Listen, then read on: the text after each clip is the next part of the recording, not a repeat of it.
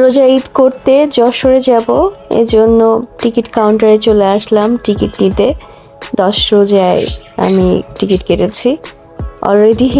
আর একদিন পর ঈদ, চলে আসলাম বাস কাউন্টারে এবং এখন রওনা হব। তো এই ভিডিও অনেক আগে আপলোড করার কথা, কিন্তু আমি এতটাই ব্যস্ত ছিলাম যে আমি ভিডিও আপলোড করতে পারিনি। এখন অপেক্ষা করছি, বাস চলে এসেছে অলরেডি, ওখানে লাগেজ রাখা হয়েছে। তো আজকে আমি রোজা,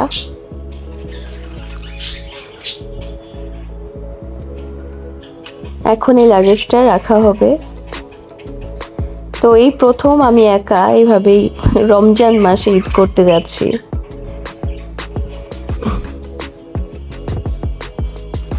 সকাল সকাল ঘুম থেকে উঠলাম, একাই চলে আসলাম কাউন্টারে। আর এবার বাংলাদেশে আসলে আমার কেউ নেই, মানে আমার ফ্যামিলি মেম্বার্সের কথা বলছি। তো এই জন্য আত্মীয় স্বজনের সাথে ঈদ করতে যাব নাভারণে। এটা হচ্ছে যশোরের নাভারণ। আর অলরেডি পদ্মা সেতু এখন পার হব, তো মাওয়ার দিকে চলে আসলাম।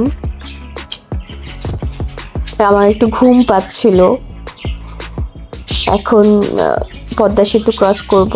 তো যেটা বলছিলাম যে নাভারণে আমার চাচুরা থাকে, তারপরে ফুপি থাকেন এবং অনেকে ওখানে ঈদ করতে যাচ্ছে। তো যার কারণে আমার আজকে যশোরে যাওয়া।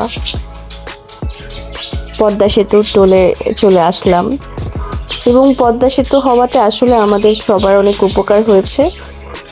বিশেষ করে যে যখন আমরা ফেরি পার হতাম তখন এত সময় লাগতো।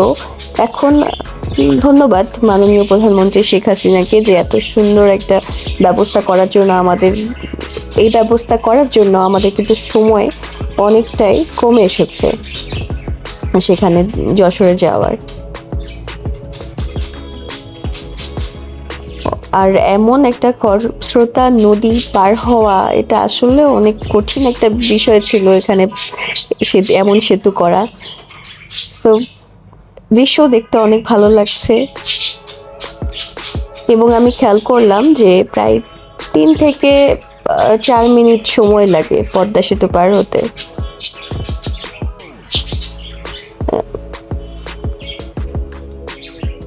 পার হচ্ছি পদ্মা সেতু, যদিও এখানে 5 মিনিট টাইম লেগেছে।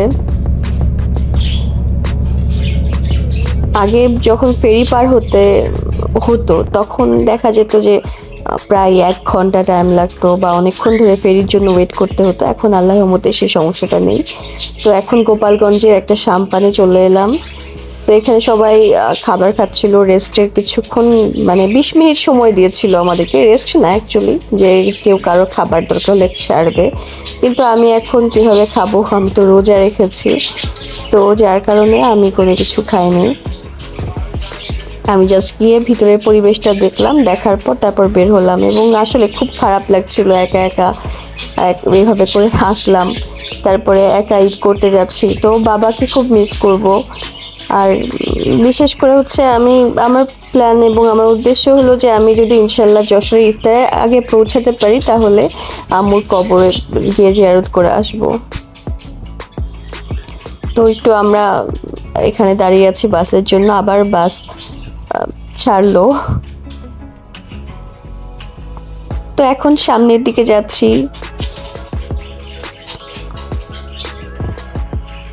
সবকিছু মিলিয়ে বেশ ভালো লাগলো। আমি চলে এলাম যশোরের নাভারণ। আস্তে আস্তে ব্যাগ দিচ্ছে আমাকে এবং এখন ভ্যানে করে এখন যাব নকাকুর বাসায়। আজকের ভিডিও এই পর্যন্ত। আমার ভিডিও যদি আপনাদের ভালো লাগে তাহলে অবশ্যই লাইক, কমেন্ট এবং শেয়ার করতে ভুলবেন না। আল্লাহ হাফেজ।